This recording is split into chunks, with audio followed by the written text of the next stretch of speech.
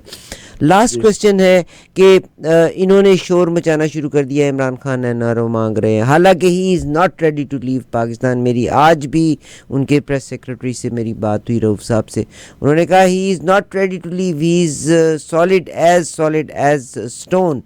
तो whereas Jemima तक को इन्वॉल्व किया जा रहा है कि किसी तरह से इमरान खान की कोई गारंटी लेके उसको खामोश कर दिया जाए। तो इस पे क्विक आपकी थॉट चाहिए मुझे। रऊफ हसन साहब जो है वो प्रेसिडेंट आरिफ अलवी से भी मिल के आए हैं, और अगर वो आरिफ अलवी से मिलने गए हैं तो वो ज़रा PTI की क़यादत ने उन्हें कहा होगा तो वो मिलने गए होंगे, और अगर वो मिल के आए हैं तो आपको पता है वो संजीदा आदमी हैं और उन्होंने संजीदा गुफ्तगू ही की होगी। इसके अलावा शफकत महमूद से मुर्तज़ा सोलंकी जो वज़ीर इत्तलात हैं, और मुर्तज़ा सोलंकी सिर्फ अनवारुल हक काकड़ के नुमाइंदे नहीं हैं बल्कि हमारे पिंडी वालों के भी नुमाइंदे हैं, वो अगर शफकत महमूद से जाके मिले हैं, और शफकत महमूद वो बंदा है कि जिसने 9 मई वाले दिन वहां लिबर्टी चौक पे कह दिया था, लिबर्टी में लाहौर में जो लिबर्टी चौक है जहां सारे इकट्ठे हुए थे PTI वाले, वहां उसने कहा था कि कोर कमांडर हाउस की तरफ मत जाएं, वहां नहीं जाना चाहिए, हमारा वहां जाने की कोई तुक नहीं बनती, ये कह के वो अपने घर चले गए थे। और ये रिपोर्ट्स हमारी एस्टेब्लिशमेंट के पास भी हैं, पुलिस के पास भी हैं, लोकल स्पेशल ब्रांच के पास भी हैं। तो शफकत महमूद से अगर मुर्तज़ा सोलंकी जाके मिले हैं तो मुर्तज़ा सोलंकी ने वहां शफकत महमूद से जो बातें की हैं, और शफकत महमूद ने जो बातें की हैं जो मीडिया तक आई हैं, वो ये हैं कि शफकत महमूद ने कहा है कि रास्ते बंद ना किए जाएं, तमाम पॉलिटिकल पार्टीज को रास्ता दिया जाए, जो लोग मुलव्वस थे 9 मई के वाक़े में उन्हें वाकई करार सजा दी जाए, जो सजा उनका हक बनता है वो उन्हें दी जाए, लेकिन गैर जरूरी तौर पर लोगों को इधर से भी पकड़ लो, उधर से भी पकड़ लो, जितने आपने पकड़ने थे पकड़ लिए।